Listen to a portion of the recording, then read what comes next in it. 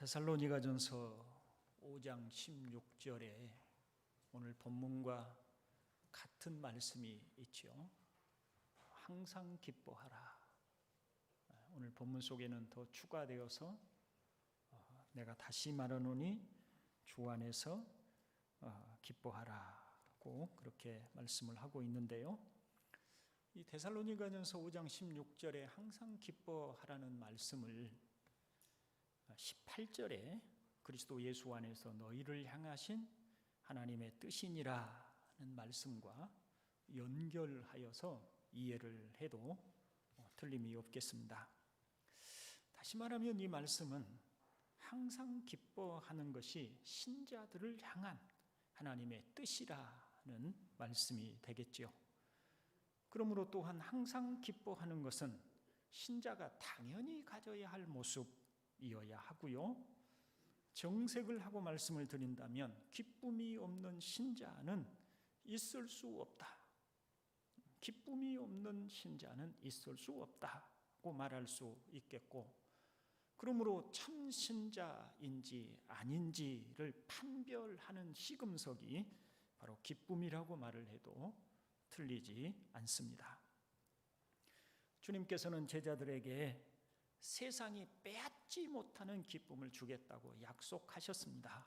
요한복음 16장 22절에 지금은 너희가 근심하나 내가 다시 너희를 보리니 너희 마음이 기쁠 것이요 너희 기쁨을 빼앗을 자가 없으리라고 하셨습니다. 실제로 주님의 말씀처럼 사도행전에 나타난 제자들의 모습은 그 무엇으로도 빼앗기지 않는 기쁨을 보여줍니다.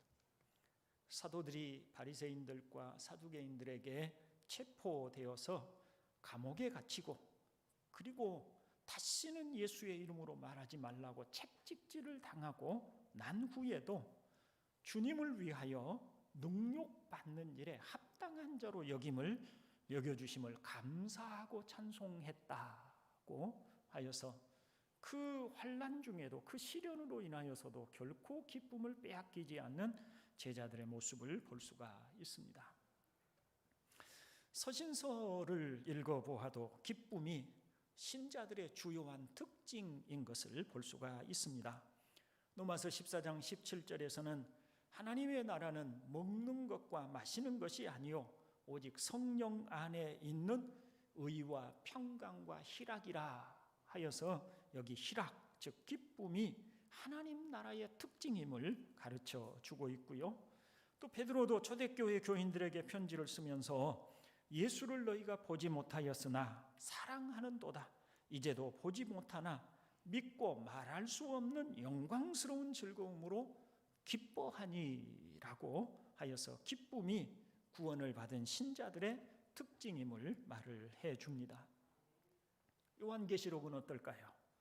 요한계시록의 세부적인 내용을 떠나서 전체적인 맥락을 따라서 살펴본다면 어려움과 역경과 시련과 환난 속에서도 주님이 다시 오셔서 심판하실 뿐만 아니라 지극히 영광스러운 천국에 들어가게 하실 것을 인하여 기뻐하도록 그 당시의 초대교회와 이후의 모든 교회들을 가르치기 위해서 기록된 것이 바로 요한계시록입니다.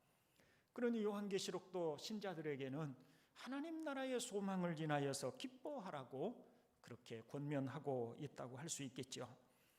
이런 모든 서신서들 중에서도 빌립보서는 특히 기쁨을 중심 주제로 삼고 있습니다.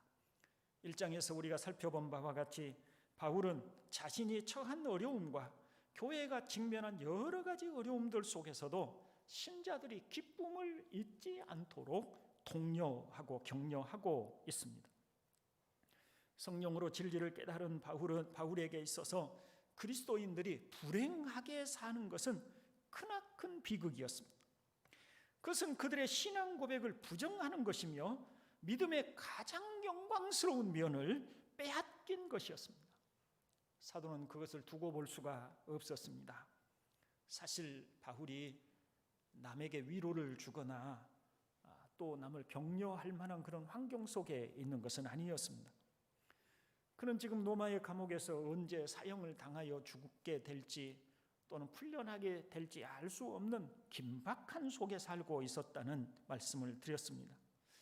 그러나 그가 어떤 환경에 있든지 설사 죽음이 그에게 찾아온다고 할지라도, 그래서 그는 살든지 죽든지 나의 변함없는 관심사는 너희가 진리 안에 굳게 서는 것이며, 너희뿐만 아니라 예수 그리스도를 믿는 모든 참 신자들이 성령의 기쁨을 빼앗기지 않는 것이다.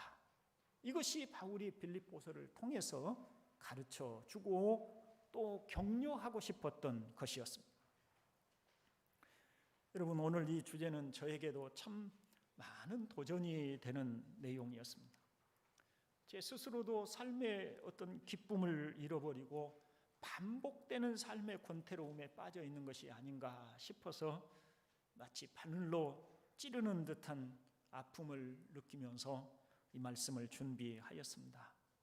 여러분은 어떻습니까? 이런 기쁨이 있습니까? 환경과는 아무런 상관이 없이, 나이가 많든지 적든지 가난하든지 부하든지 환경과는 상관없이 여러분 속에 기쁨이 있고, 그 기쁨이 여러분의 얼굴을 통해서 또 여러분의 삶을 통해서 드러나고 있느냐는 것입니다. 오늘 저는 바울이 말하는 기쁨이란 무엇인지, 그래서 왜 우리가 기뻐해야 되는지, 어떻게 하면 이런 기쁨을 상실하지 않고 지킬 수 있는지에 대하여 말씀을 드리려고 합니다. 주께서 오늘 우리 모두에게 이 진리의 말씀을 통해서 은혜를 주시기를 다시 한번 바랍니다. 먼저 기쁨의 본질, 기쁨의 특징이 무엇인지를 간단하게 살펴봅니다. 신자에게 있어서 기쁨은 무엇일까요? 항상 주 안에서 항상 기뻐하라고 할 때 도대체 신자에게 있어서 기쁨이 무엇이길래 이렇게 항상 기뻐하라고 하는 것일까요? 이 기쁨의 특징 첫 번째는 적극적인 것이라는 것이죠. 그리스도인의 기쁨은 삶의 무관심에서 나오는 것이 아닙니다. 보통 어린아이는 자신의 감정을 있는 그대로 잘 표현을 합니다마는 나이가 들어갈수록 자신의 감정의 노출을 꺼리는 경향이 우리에게 있지요. 소위 말하자면 방어 기제가 작동을 한다는 것입니다. 사람들은 살아가면서 자신들도 모르는 사이에 배우는 바가 있습니다. 상처받지 않으려고 하면 모든 일에 적당한 거리를 두고 살아야 한다는 것입니다.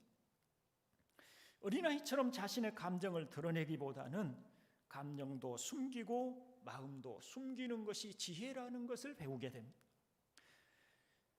심지어 어떤 사람들은 거북이 등껍질처럼 아무도 공격하지 못하도록 자신을 단단히 감싸고 그 속에 숨으려 하기도 합니다. 그러나 신자가 누려야 할 기쁨은 그렇게 해서는 누릴 수가 없습니다.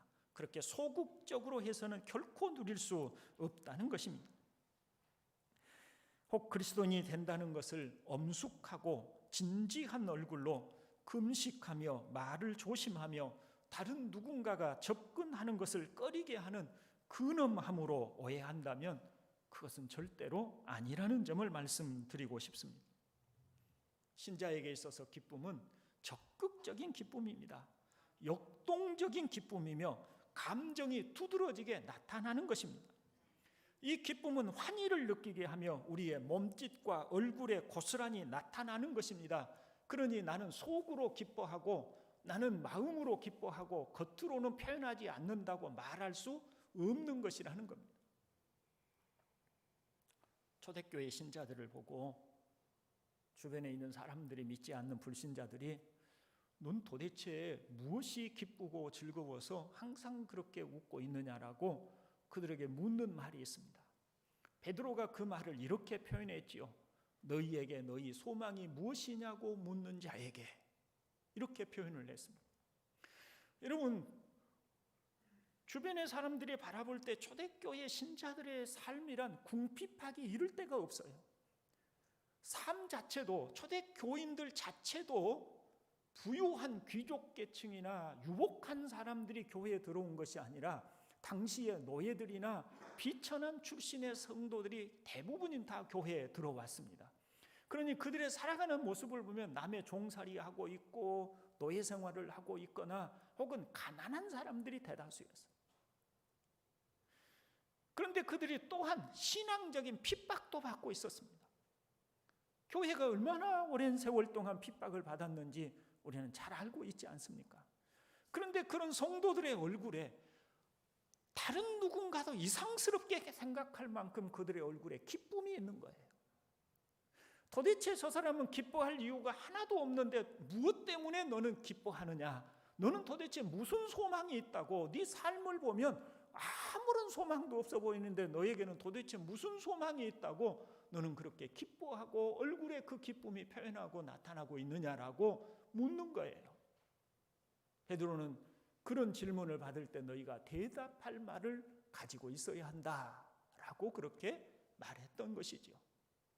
그래서 신자의 기쁨이란 단순히 속으로 삼키고 그저 마음속으로만 가지고 있는 기쁨이 아니라 적극적으로 그 기쁨이 우리 얼굴과 몸짓과 우리의 삶 속에서 드러나고 나타나는 것이어야 한다는 것이 기쁨의 첫 번째 특징이라는 것입니다. 기쁨의 특징 두 번째는 주 안에 있는 기쁨이라는 것입니다. 오늘 본문이 주 안에서 기뻐하라 내가 다시 말하노니 기뻐하라. 여기서 내가 다시 말하노니 어디서 기뻐하라고 하는 거죠?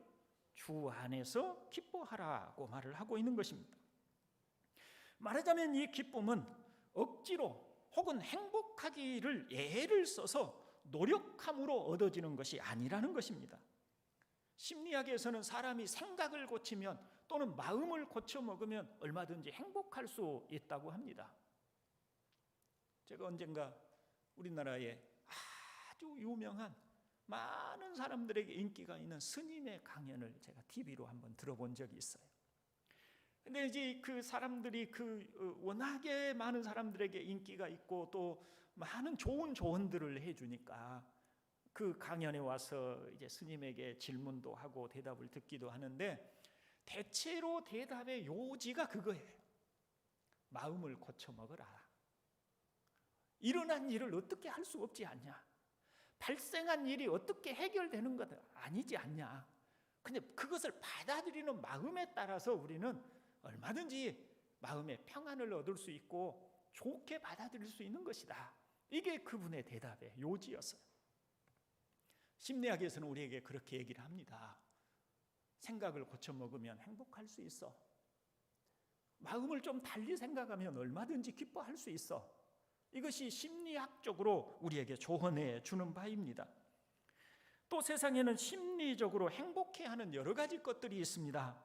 어떤 사람은 술만 마셔도 행복하다고 하는 사람도 있고 여행에서 삶의 기쁨과 행복을 느끼는 사람도 있습니다. 또 어떤 사람들은 단순하게 친구들과 함께 어울려서 수다를 떨면서 행복하다 하는 사람도 있습니다. 제가 가끔 저의 믿지 않는 친구가 있다는 말씀을 드린 적이 있는데 가끔 전화를 해요. 주로 퇴근하면서 자동차에서 전화를 합니다. 그런데 이 친구가 하는 말이 늘상 하는 말이 나는 친구들이 좋다. 그러니까 친구들과 함께 앉아서 같이 밥 한 끼 먹는 것이 나에게는 최고의 행복이라고 그렇게 얘기를 늘 해요. 그러나 우리 그리스도인들의 기쁨은 그와 같은 것이 아닙니다. 주 안에서 즉 진리의 지식의 뿌리를 받고 있는 기쁨인 것입니다. 성경이 말하는 기쁨은 우리가 행복할 만한 환경이 있느냐 아니냐를 따지지 않고 우리가 마음을 고쳐먹느냐 아니냐에 있는 것이 아니라 내가 바라고 원하는 모든 환경이 충족되었기 때문에 기쁘고 행복하다는 것이 아니라는 것입니다. 내가 하나님으로부터 어떤 사랑을 받은 것인지, 내가 어떤 은혜로 죄사함을 받은 것인지, 또 우리 주님께서 장차 우리에게 어떤 소망을 주셨는지 등을 알고 믿음으로 말미암아 누리는 기쁨이며 행복인 것입니다. 여러분, 모세가 광야의 생활을 마치고 이제 요단을 건너서 가나안 땅에 전쟁을 하러 가야 하는 이스라엘 백성들에게 최후의 설교를 하면서 이스라엘아 너는 행복자로다. 너와 같이 여호와의 구원을 받은 자가 누구냐라고 했습니다. 지금 아직 이스라엘 백성들은 하나님의 약속하신 가나안 땅에 들어가지 못한 상태에 있습니다. 그들 앞에는 가나안 사람들과의 전쟁과 여러 난관들이 기다리고 있습니다. 또한 애굽에서 구원을 받은 후에도 그들은 광야에서 무려 40년 동안을 지내며 힘들고 어려운 시간들을 보내야만 했습니다.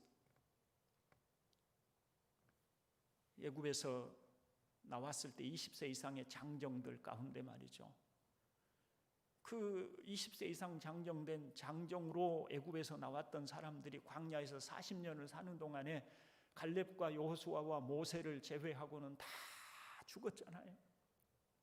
그러니 그 고단한 광야 생활을 하면서 자신의 부모를, 자신의 형제를 떠나 보냈던 그 사람들이 그 광야 생활을 기억할 때 그것이 행복이었다고 기억하겠습니까?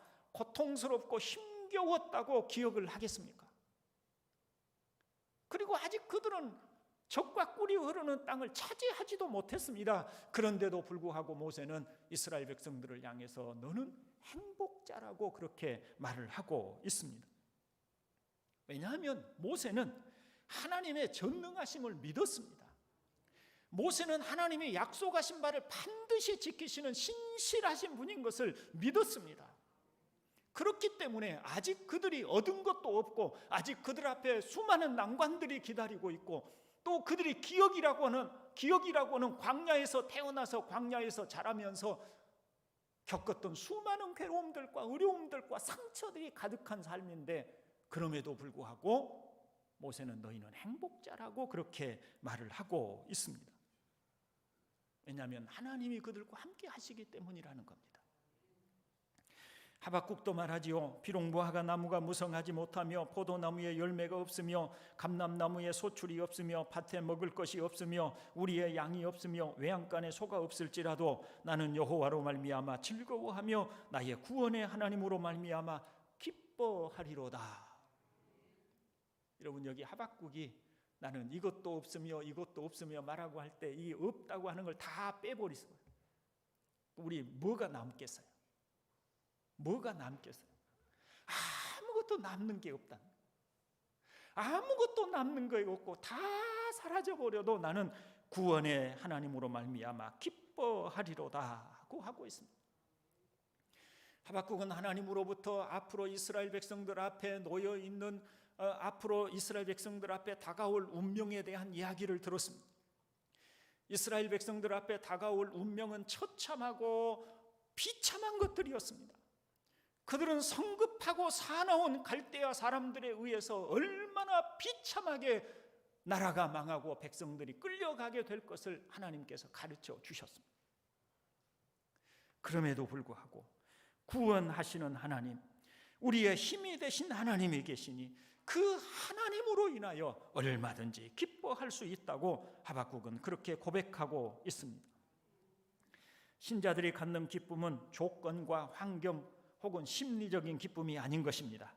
하나님을 알고 믿는 믿음으로 인한 기쁨이며 즐거움입니다. 왜 서두에 기쁨이 신자의 본질적인 면을 나타내는 것이라고 하였는지 이해가 되십니까? 성령으로 충만하여 하나님과 깊이 교통하며 하나님을 사랑하는 신자는 반드시 그 기쁨을 가질 것입니다. 반대로 눈에 보이는 세상에 얽매이고 보이는 세상의 가치관에 사로잡힌 사람은 환경이 좋아야만 기쁨을 가지게 될 것이죠. 그러니 만일 우리가 기쁨을 누리지 못하고 있다면 우리의 신앙이 병들었다고 밖에는 할 말이 없습니다.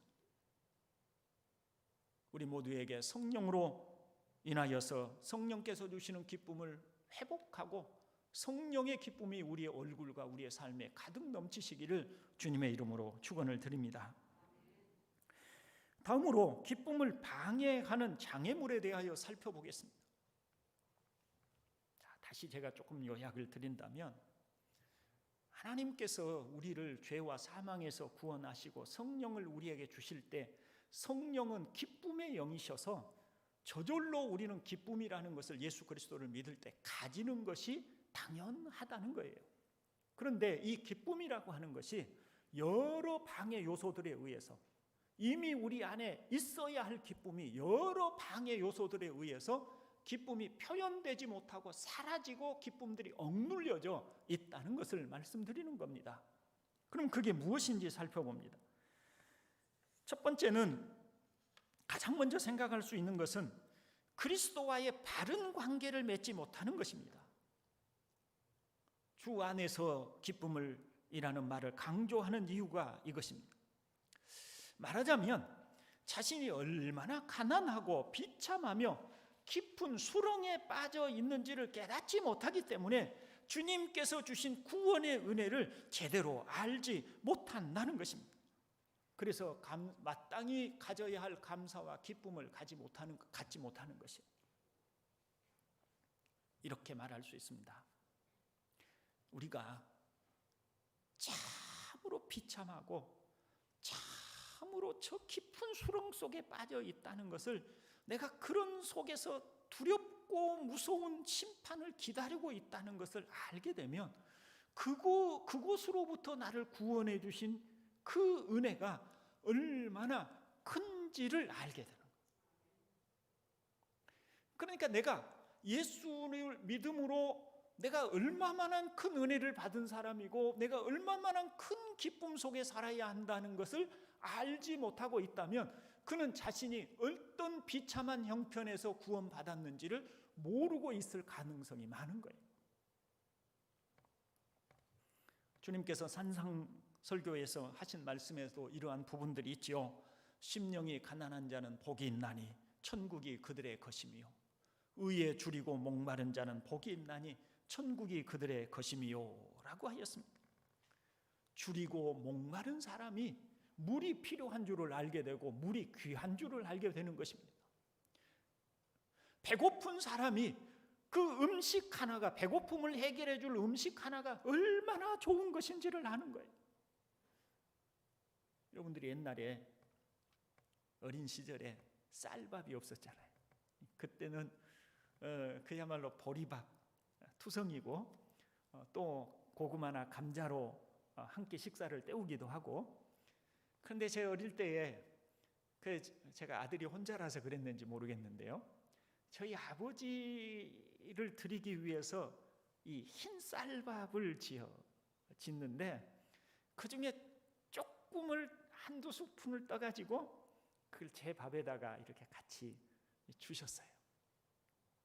근데 그때는 이 흰 쌀밥이 얼마나 맛있었는지, 도무지 그 맛을 표현할 길이 없어요. 그런데 지금은 쌀밥이 지천이잖아요. 그러니까 아무리 쌀밥을 먹어도 이게 맛있다고 생각이 안 들어요. 근데 그때는 그게 그렇게 맛있었어요. 왜냐하면 없었으니까. 그 쌀밥 한 그릇 먹어보지를 못했으니까 그 쌀밥이 그렇게 맛있었던 거예요. 그러니까 배고픈 사람이 배고픔을 해결해 주는 음식 하나가 그렇게 소중할 수가 없고, 목이 갈증이 난 사람이 그 갈증을 해결해 주는 물 한 모금이 그렇게 소중할 수가 없는 거예요. 근데 우리 영혼이 얼마나 저 비참한 수렁 속에 있고 저 비참한 속에 있는지를 깨닫지 못하면, 예수께서 나를 대신하시고 나의 모든 죄를 속량하셔서 십자가에 죽으심으로 내 죄사함을 주셨다는 사실이 그저 그런가 보다라고 생각하지, 그것이 우리의 인생 자체를 변화시키는 놀라운 사건인 것을 알지 못하는 거예요. 그걸 기쁨을 누리지 못하는 거예요. 감사하지 못하는 거예요. 입으로는 감사합니다 이렇게 말할지라도 마음에 감사가 없는 거예요. 왜냐하면 내가 도대체 무슨 형편 속에서 구원을 받은지를 알지 못하기 때문인 것입니다. 여러분들이 설교문을 혹시 보신 분이 있다면 맨 밑에 쪽에 그 데이비드 브레이너드의 일기 가운데 한 토막을 제가 소개하고 있는데 그 부분을 제가 읽어보겠습니다. 주일 저녁 다시 한적한 곳을 거닐었다. 그곳은 얼마 전 내가 얼마나 타락하고 무기력한 존재인지를 깨달은 곳이었다. 비통과 절망 속에서 몸부림치며 다시 그곳에서 기도하려고 했다. 그러나 기도뿐만 아니라 다른 어떤 종교적인 행위도 할 마음이 들지 않았다. 성령이 완전히 나를 떠나신 것 같았다. 그때였다. 어둡고 울창한 숲속을 거닐고 있을 때 갑자기 말할 수 없는 영광이 영혼의 깊은 절망과 두려움 속에 찾아와 모습을 드러내는 것 같았다.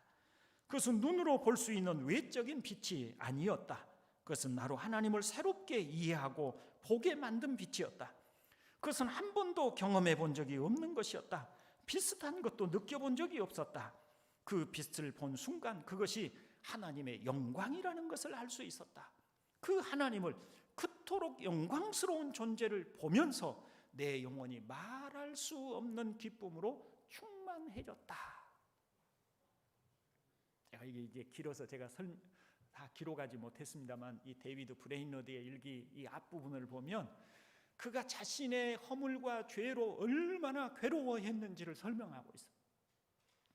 자신의 죄들을 이렇게 깨닫기 시작하고 보기 시작하니까 그 자신의 죄들이 온통 자신의 삶이 죄로 가득한 삶이고, 자신의 생각하는 것이나 행동하는 모든 것 속이 다 죄인 것을 알게 되고, 자신의 삶의 보보마다 다 죄로 얼룩져 있는 것을 알게 된 거예요. 그리고 그 죄에 대한 하나님의 심판이 얼마나 엄중한지를 느끼고 그가 깨닫고 마음에 말할 수 없는 두려움을 느끼고 있었던 것이, 그렇게 두려움을 느꼈던 그곳에 다시 한번 가서 하나님의 은혜를 구하고 찾고 싶어서 그곳에 갔다가 하나님의 영광을 경험하게 돼요. 신비한 영광을 경험하게 됩니다. 그것은 어떻게 사람의 눈으로 말로서 표현할 수 없는 영광입니다. 그 자신만이 이것이 바로 하나님의 영광이었구나, 이것이 하나님의 영광의 빛이었구나라고 느낄 수 있는 그런 것이었습니다.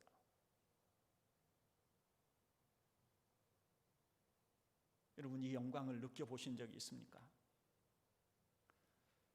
제가 언젠가 한번 여러분들에게 말씀드렸는데, 제가 시내산을 올라가는 중에 저는 이 영광을 느꼈습니다. 이것이 하나님의 거룩하심이고 이것이 하나님의 영광이구나 느꼈습니다. 하나님은 지극히 영광스러우시고 그 영광의 빛을 오늘 우리에게도 얼마든지 나타내시는 분이십니다. 그런데 우리의 마음이 이런 하나님과의 관계가, 그리스도와의 관계가 어긋나 있고, 우리의 바라고 소망하는 바들이 이 올바른 관계 속에서 어긋나 있기 때문에 우리는 이 감격과 기쁨을 누리지 못하고 있는 것입니다. 우리 찬송가 388장에 보면 찰스 웨슬리는 거기에서 말합니다. 나에게는 죄악이 가득하게 찼으나, 그리고 예수께는 은혜와 진리가 충만하도다 라고 하였습니다. 형제 여러분, 주 안에서라는 말은 다른 말로 성령 안에서라는 말로 바꿀 수 있습니다. 본래 자신의 죄와 비참함을 알고 그리스도의 구원의 은혜를 깊이 아는 것이 구원의 감격과 기쁨을 누리는 것이라면, 성령을 따라 행함은 기쁨을 유지하는 비결이라고 말할 수 있습니다. 그래서 바울은 성령의 열매를 사랑과 희락이라고 하여서 성령을 따라 살아가는 결과가 기쁨임을 말해줍니다. 반대로 육신의 열매는 다툼과 분열과 시기와 같은 기쁨을 방해하는 요소들로 가득하지요. 아마도 유오디아와 순두계는 한때에는 이런 주님이 주시는 기쁨, 성령과 함께 동행하는 기쁨으로 충만했을 것입니다. 그런데 어느샌가 서로 다투고 분열하고 서로 분당을 만들고 파당을 만들어서 하는 동안에 그들 안에 이런 기쁨들을 다 상실해 버렸을 것입니다. 구원을 아는 사람은 이제 주님과 동행하며 성령을 따라 행하시기를 주의 이름으로 축원을 드립니다. 날마다 하나님의 음성을 듣는 법을 배우십시오. 날마다 주님과 동행하는 법을 배우십시오. 성령의 인도를 따르는 법을 배우십시오. 무엇보다 하나님과 항상 함께 하심을 의식하시기를 바랍니다. 우리는 혼자 살고 있지 않습니다. 간혹 보면 어떤 장로님들이 대표기도 하실 때 일주일 동안 세상에서 살다가 이제 죽게 나왔습니다 라고 합니다. 그렇게 기도하신 이유는 잘 알고 있어요. 근데 엄밀히 말하면 그 기도는 틀린 기도입니다. 우리가 일주일 동안 혼자 세상에 나가서 살았던 겁니까? 아닙니다. 일주일 동안 주님은 우리와 함께 하셨습니다. 주님은 우리를 떠나지 않으셨습니다.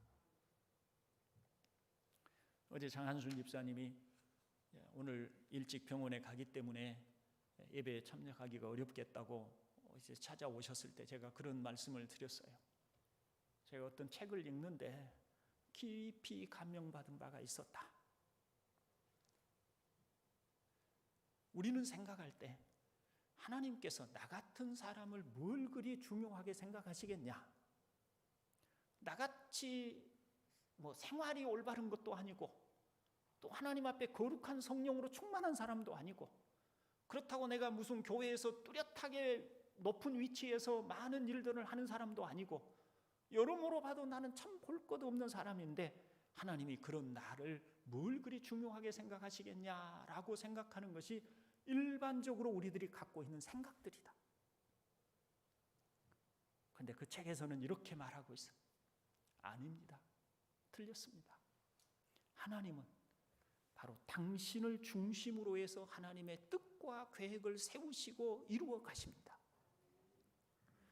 하나님께는요, 전능하신 분이시기 때문에 모든 신자들을 중심으로 하나님의 뜻과 계획을 다 세우시고 이루어 가셔도 조금도 부족함이 없는 분이세요.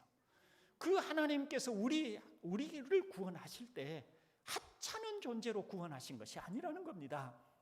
하나님께서 독생자를 주시기까지 그 소중하고 사랑하는 아들을 주셔서 우리를 대신하여 십자가에 달려 죽으시기까지 하기까지 사랑하시는 분이, 그런 은혜로서 구원하시는 분이, 그런 은혜로 구원받은 하나님의 자녀된 우리를 하찮게 여기시고 가볍게 여기시고 멀리 계시다가 쳐다도 안 보시다가 내가 뭔가 긴급한 일이 있어서 부르짖으면 그때서야 고개 한번 돌리시고 너 뭔 어려운 일이 있냐 이렇게 보시겠냐 그 말이에요.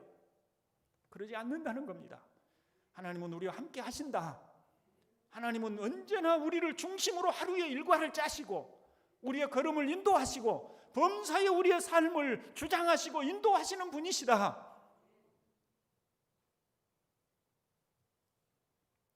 그러니 우리는 혼자 사는 것이 아닙니다.